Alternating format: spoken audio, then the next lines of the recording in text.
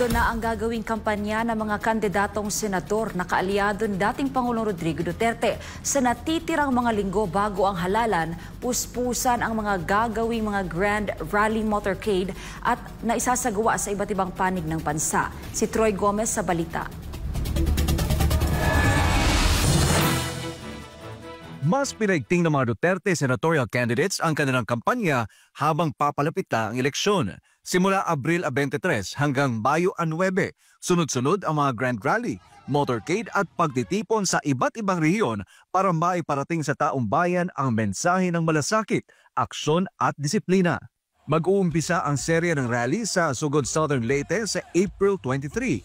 Susundan ito ng mga pagtitipon sa Iloilo City, Pangasinan, Butuan City at sa iba pang lungsod tulad ng Pasig, Muntinlupa at Quezon City.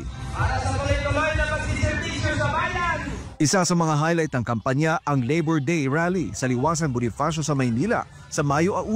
Kasunod nito, inaasahan din ang mga motorcade sa Cavite, Quezon City, Makati, Pasay at Taguig.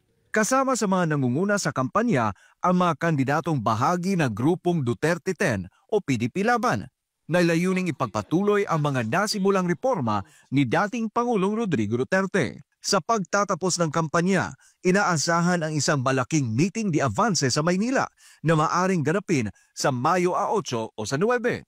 Para sa mga Duterte senatorial candidates, higit sa kampanya ang kanilang ginagawa. Ito raw ay pagpapatuloy ni isang advokasya para sa bayan, para sa masa at para sa kinabukasan ng sambayanang Pilipino.